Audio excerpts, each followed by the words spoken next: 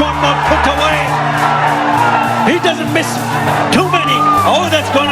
নাজমুল হাসান শান্তর জায়গায় একটা বার অভিজ্ঞ ক্রিকেটার ইমরুল কায়েসকে সুযোগ দেওয়া উচিত। হঠাৎ লাইভে এসে সবাইকে অবাক করে একই বললেন বাংলাদেশের hard hitter batsman Tamim Iqbal, আর যেটা কিনা একেবারে সামাজিক যোগাযোগ মাধ্যমে একেবারে ভাইরাল। হ্যাঁ দর্শক, বিস্তারিত জানুন পুরো ভিডিও জুড়ে।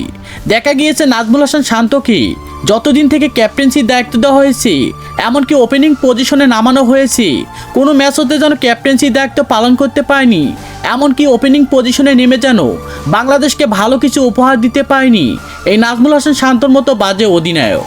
আর তাই আমি বলি কি, নাজমুল হাসান শান্তর জায়গায় একটাবার অভিজ্ঞ ক্রিকেটার ইমরুল কায়েসকে সুযোগ দেওয়া উচিত। যদি ইমরুল কায়েস ভালো ব্যাটিং পারফরমেন্স করতে পারে তাহলে তাকে বাংলাদেশ টিমে নেন, আর যদি ইমরুল কায়েস ব্যাটিং পারফরমেন্স তেমন সুবিধা করতে না পারে তাহলে যেন তাকেও বাংলাদেশ টিমে রাখার দরকার নেই। আর এমনটা মন্তব্য করে যেন নাজমুল হাসান শান্তর জায়গায় ইমরুল কায়েসের মতো অভিজ্ঞ ক্রিকেটারকে নিতে বললেন তামিম ইকবাল।